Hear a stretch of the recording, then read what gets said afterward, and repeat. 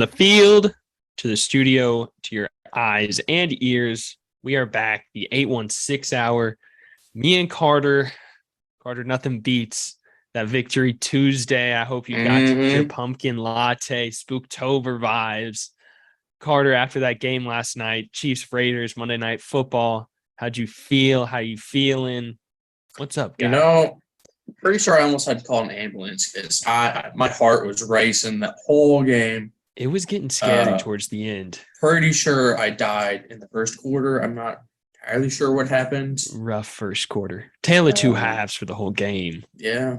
Closed my eyes and I woke up and the Chiefs were losing. I was like, whoa. It's like, this doesn't happen. What? But yeah, it could have been worse. It could have been worse. That's all I'll say. True. Could have been better. I mean, also. True. Hindsight.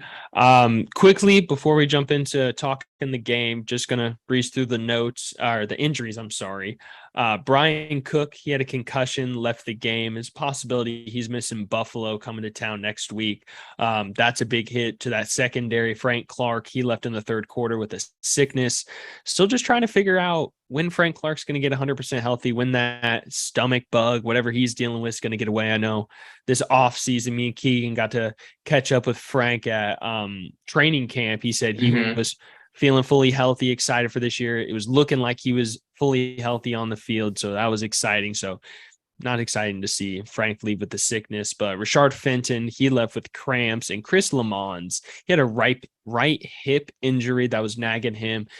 He's also possible to miss that Buffalo game. DiCaprio Boodle, maybe he steps back in. I know he's kind of that guy, jumps up from the practice squad onto the active roster whenever secondary guy goes down.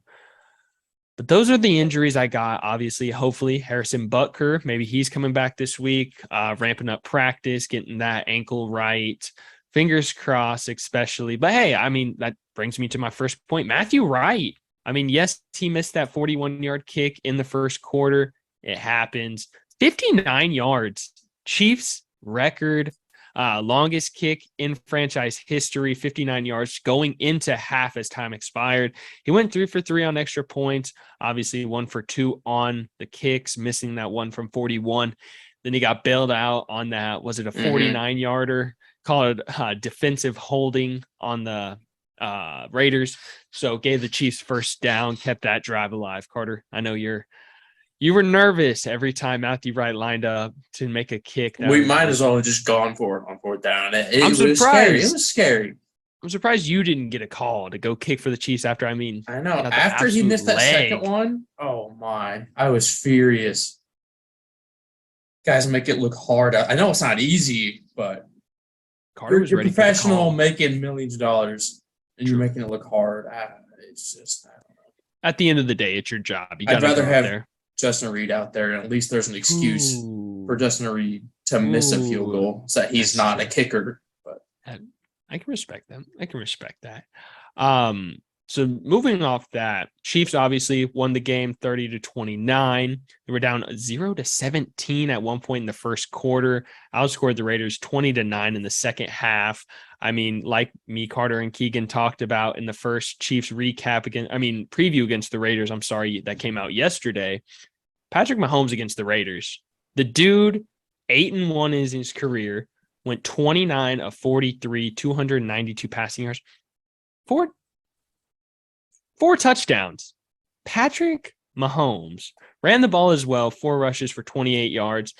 The Chiefs just continue to dominate the AFC West. Carter, if you had to take a guess, since Patrick Mahomes has been the leader, the focal point, the QB of the Kansas City Chiefs, what is his record against the AFC West? He's been starting for 5 years. 26 games up to this point. I'll give you the number. 23-3. Okay, well, see, that's not fair. Guess. That's not like fun because like that's what it was. So like I don't. Oh, let's go. ruin that point. So yeah, 23-3 against the AFC West. I mean, yes, I know that kind of just ruined all my momentum. Carter just guessing it from the jump, but that's just absurd to think about. You're playing the same team twice a year. It's the same guys, and yes, coaching changes, scheme changes, whatever. Patrick Mahomes is just year in and year out been that guy in the AFC West, just dominating. So that's exciting to see that just continue. Chiefs were 4 for 4 in the red zone. They had 29 first downs, one time of possession. It was a good game of football. It felt like, yes, at times it got a little sloppy. Yes, at times the Chiefs look like they might be out of this game quick, but when in doubt, you can't ever count this team out. I love it. But Carter, I had some positives and negatives I wanted to talk through with you. I'm going to just say the point. You just want to talk through it. Chiefs offense. We're going with should we start with the positives or negatives first? I'll ask you that. I feel like we should end on the positives.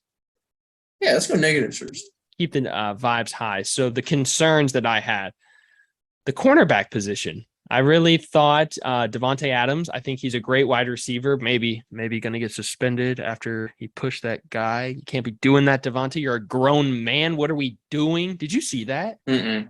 Oh, he's walking off the field, and there's a Chiefs camera guy or just a camera guy, press guy, running onto the field with his camera. Davante walks up, pushes the man to the ground. The guy actually had to go to the hospital and is pressing charges against Davante Adams. Hey, yo. Absolutely wild. So, follow that case.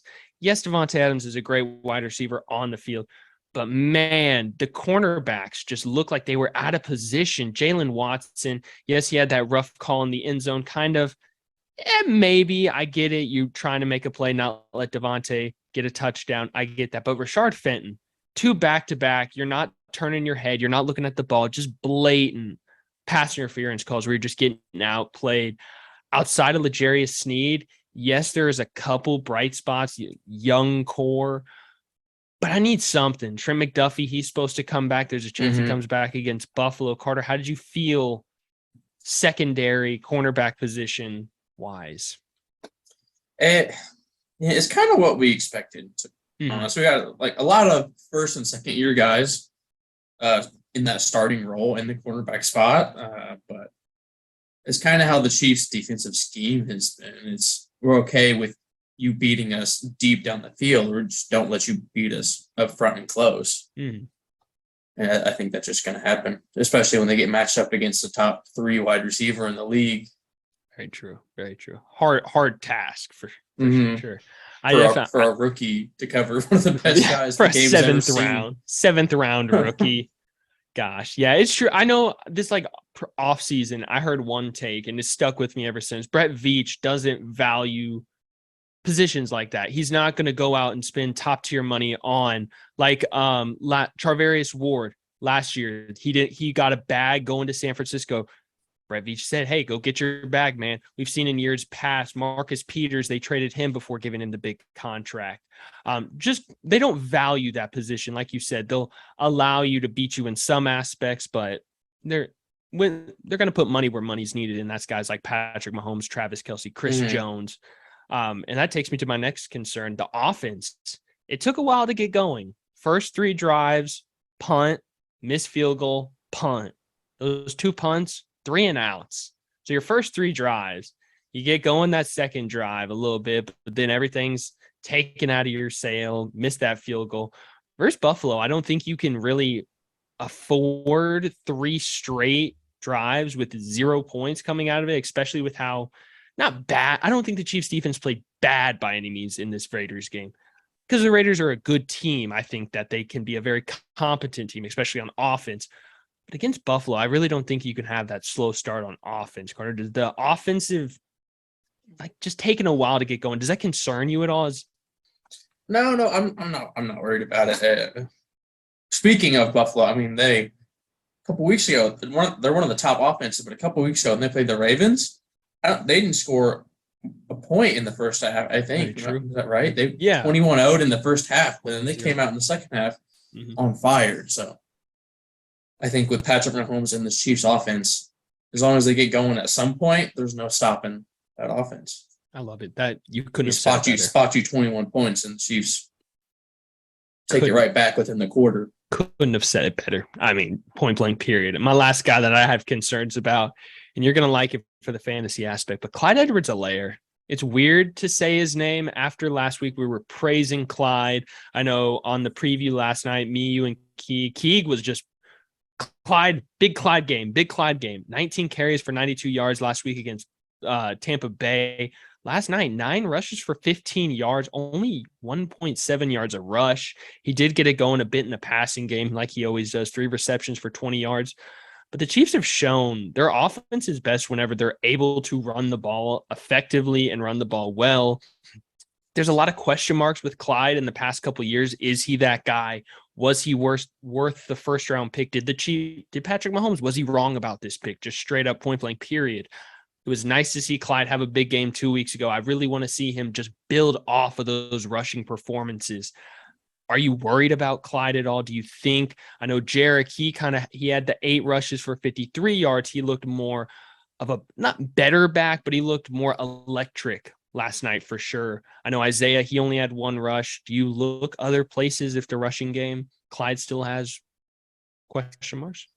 I feel like Clyde has to make the absolute best of what he gets from here on out, because I think they're going to start, moving towards how they look at their wide receiver room, how it's going to be a different guy every week that's going to get those touches. It's going to be somebody new every week that's going to be that top guy. Like last week it was Clyde. This week it's Jarek.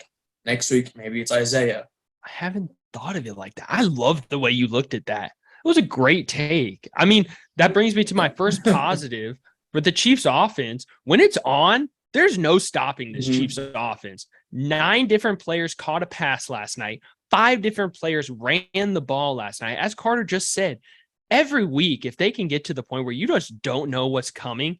Yeah, you don't know who's going to get the ball at all. It's very awesome. Exactly. From 2 years ago, whenever you just two guys on Hill, 2 guys on Kelsey, Sammy Watkins, McCole Hardman, whoever the other guy is can do little damage, but that we're going to take the 2 guys. Now, if you have Juju, MVS, Isaiah, Clyde, who are you going to guard? Everyone has a chance to do anything on any given night. The Chiefs offense, Carter, just give me how you're feeling about how just like good it can be, the possibility of it. I mean, with these good players that we have, they're not like top of the line Tyreek Hill players, but they're good players, and it's going to spread the field out, and it's going to force defenses to go one-on-one on everybody. And it's just, when you're one-on-one with everybody all the time, somebody's always going to be open. And when you got the best quarterback of all time sitting in the pocket, big things happen. Hey, that's all. And it's going to happen a lot. Hey, and whenever you got to guard guys one-on-one, I mean, we saw what Travis Kelce did last night. Carter, what? Do you have Travis Kelce's stats in front of you right now? Yeah, I do. Let him rip. Let him rip. I just want to hear Travis had 7 receptions. Okay. 25 yards. Not a great game if you look at that. Weird stat line. But where's he go? Not 1, not 2, but 4. 4 touchdowns. 4 touchdowns. What? 4. What? It's like as soon as he's got in the red zone, they just forgot Travis Kelce was on the field. Travis Kelce grew to 8 foot tall with Dante Hall speed. What? Oh my! How does he do it? Year in and year out. 2 weeks ago, he got picked up in body slam. This week, he's untouchable. 4 touchdowns. I don't know. It's insane.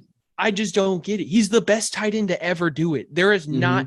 I am now, after that game and after what I think will happen, or I'm sorry, yes, what I think will happen with the rest of the year, there's no one that has laced up cleats at the tight end position that is better than Travis Kelce. And I don't Hands think down. that, like, Hands down. You can argue a couple guys, but there's no one like that guy, Travis Kelce. I don't think. I want Kyle Pitts to be what Travis Kelce is, but there's just not that guy. It's insane. I mean, you put a linebacker on him and the linebacker's too slow. You put a safety on him. That safety's too small. A corner, you double him and he's getting you with double moves. And the corners just aren't tall enough. It's just the older Travis Kelce, he's like a fine wine. The older he gets, the better he gets. There's the analogy. I love that. Wow. I love that. But Travis Kelce, my favorite thing is whenever he catches that pass, the first move, he always that like fake. It always seems when he has his back turned to the defenders, he just knows which way to go. And yesterday wasn't working. It didn't matter because like you just said, in the red zone, Travis Kelce, he just got that sniffer for the end zone. He said, I can't wait to tune in for the next Travis and Jason podcast. It's going to be electric. If you haven't yet, definitely shouting that out. Go check that out. Phenomenal. Both of them bring so much energy. But Carter, do you have a player of the game? Well, I was going to pick Travis, but that's the obvious. That's the obvious answer. Uh-oh. My guy. If we pick the same guy, I'm going to be so upset. It's Darius Harris. There it is. That was going to be my pick, but I didn't go him. I love that pick. Yes. Darius Harris. Give him the love. 10 tackles. 10 tackles. 8 solo tackles. 1 sack. And 1 forced fumble? No. Tackle for loss. Tackle for loss. Tackle for loss. Okay. Yes, sir. Absolutely wild. It's insane. I don't know what the Chiefs are feeding their farm system, but it seems like anytime a starter goes down, the backup comes in and he's just as good, if not better, than the starter was. I don't know what's going on. But. Darius Harris has lived in the depth chart, in the jungles, in the practice squad, just working his tail off, and he gets a shot once Willie Gay gets his suspension. He has taken full advantage of that. Led the team in tackles in 2 of the last 4 weeks. Crazy. But my player of the game, Marquez Valdes-Scantling, MVS. 6 catches for 90 yards. He had 8 targets. I think he's starting to become Patrick Mahomes' number 2 guy. He's building off of a great game last week, 3 receptions on, I want to say, another 8 targets for 63 yards against Tampa. The week before, 48 yards against Indianapolis on 6 targets. He's really just stepping up in these games for me. I really think that Travis Kelce obviously takes a lot of attention from that defense. So who was going to be that second guy to step up? I really thought it was going to be McCole going into this year. Injuries with that heel. We don't know if he's 100%. Juju, he hasn't really done much this year. I'm not saying he can't. I think he will. I think he's going to flourish in this offense. Still upset with Carter for trading for him in the fantasy league. Great pickup, Carter. But Thank you. I really just think MVS has stepped up. I know he was the only wide receiver that the Chiefs signed. Obviously, it was just Justin Watson, MVS, and Juju, wide receivers that were free agents. MVS was the only multi-year deal, so I do think that the Chiefs expected him to create this connection with Patrick Mahomes, playing with Aaron Rodgers. Obviously, that similar quarterback style background he's played with. But I think MVS can be the vertical guy in this offense, and I love that he's starting to create this form with Mahomes. It's exciting. It's exciting. Man, it's nice. It's nice going from having just 1 deep threat to having 2 guys that are deep threats all the time. Him and McCole. It's just hard to cover both of them. And then Justin Watson, I mean, he's sneaking out and he's making plays. I absolutely love that he's getting some love out there. Sky Moore starting to get some looks in too. Hey, love it. Getting in the backfield a little bit. 2 receptions for 15 yards. I like that. Yeah, he's starting to fill shoes, starting to, I don't know, gain the trust with the coaching staff and Patty. Yes, starting to get more reps. I need Patty as part of the coaching staff. Most definitely. I would say so. Most definitely. Carter, I got one more question for you before we wrap it up. Actually, two more. Sorry. Okay. DJ Moore, wide receiver of the Panthers. A lot of talks. Panthers are fire sale. If you're the Chiefs, Are you calling the Panthers about DJ Moore? Mm-mm. No? How old is DJ Moore? 25. No. 25, 26. Giving up probably a second or third round pick for him. Mm-mm. No? Mm-mm. No call for DJ Moore. Our wide receiver room is good how it is. Barring an injury, knock on wood. You better be knocking, Carter. Golly.